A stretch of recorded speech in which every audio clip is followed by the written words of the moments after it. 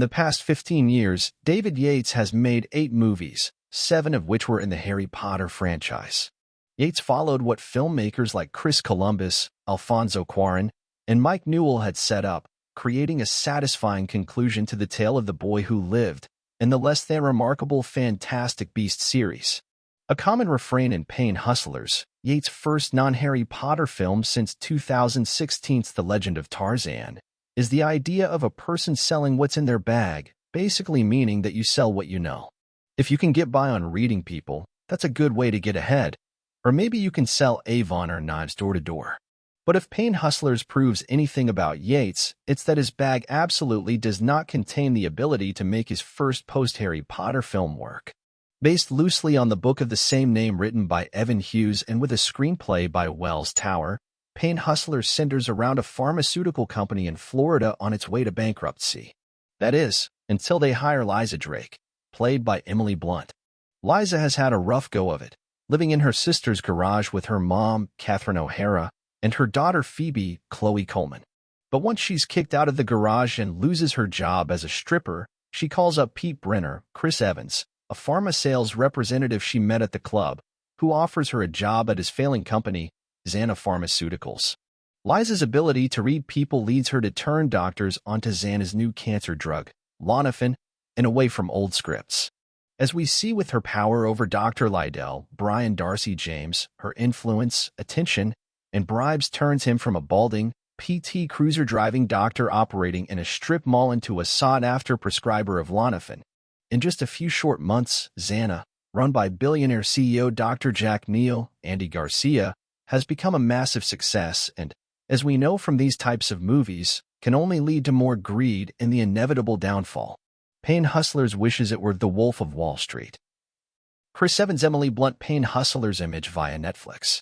Yates frames Pain Hustlers almost like a more neutered version of The Wolf of Wall Street, like when Liza and Pete hire former strippers to turn more doctors onto Lonafin.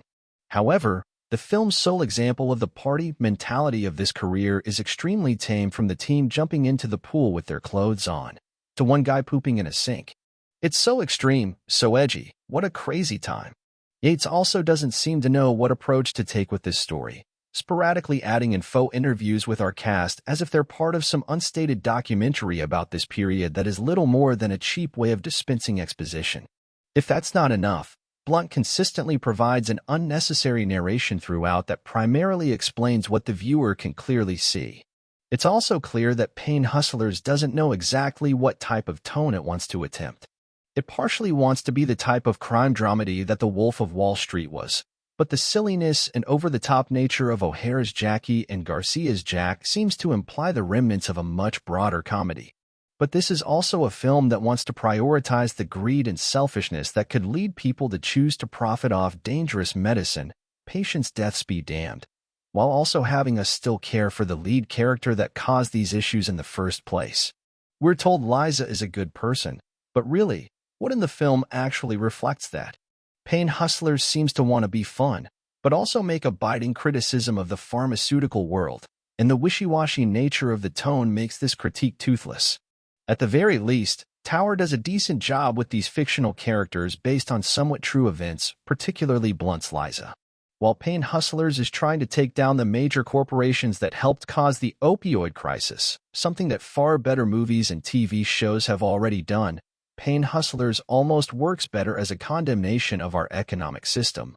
As medical bills for life-changing operations can't be paid and families are trapped living in apartments, it's no wonder someone like Liza would go to the lengths she does simply to get by. Liza is a strong personification of this desperation, and Blunt does a solid job of bringing these themes to the forefront, while also finally having an opportunity to play a role that lives a bit more in the gray.